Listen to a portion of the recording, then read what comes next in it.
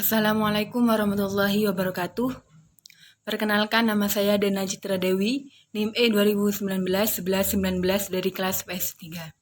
Di sini, saya akan menanggapi sebuah materi yang telah dijelaskan oleh Bapak Abdul Wadud Nafis, LCMEI, yang bertema konsep dasar ekonomi Islam. Sebelum itu, kita harus mengetahui apa sih ilmu ekonomi itu. Nah, ilmu ekonomi itu adalah suatu cabang ilmu yang membahas tentang perilaku manusia dalam memenuhi kebutuhannya dan memuaskannya. Selanjutnya yaitu pengertian ekonomi Islam. Nah, ekonomi Islam itu sendiri yaitu sebuah cabang ilmu yang mempelajari dan membahas tentang perilaku manusia dalam mencapai kebutuhan dan memuaskannya untuk mencapai falah berdasarkan prinsip-prinsip dan nilai-nilai Al-Quran, As-Sunnah, Ijma, dan Qiyas. Adapun perbedaan antara ekonomi Islam, kapitalis, dan sosialis, yaitu jika dilihat dari sumbernya, ekonomi Islam bersumber dari Al-Quran, As-Sunnah, dan Ijtihad. Dan kapitalis dan sosialis bersumber dari pengalaman dan pemikiran manusia. Yang kedua yaitu ekonomi Islam, kesejahteraan bersifat jasmani, rohani, dan akal. Sedangkan kapitalis dan sosialis, kesejahteraan bersifat jasmani belaka. Yang terakhir itu yaitu ekonomi Islam, kompetisi dikontrol syariat Islam. Kapitalis, kompetisinya usaha bebas dan melahirkan monopoli.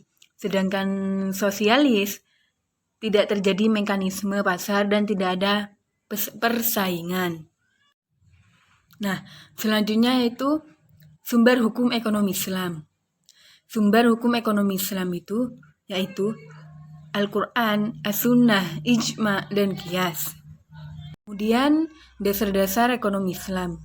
Nah, dasar-dasar ekonomi Islam itu sendiri terdiri dari 1.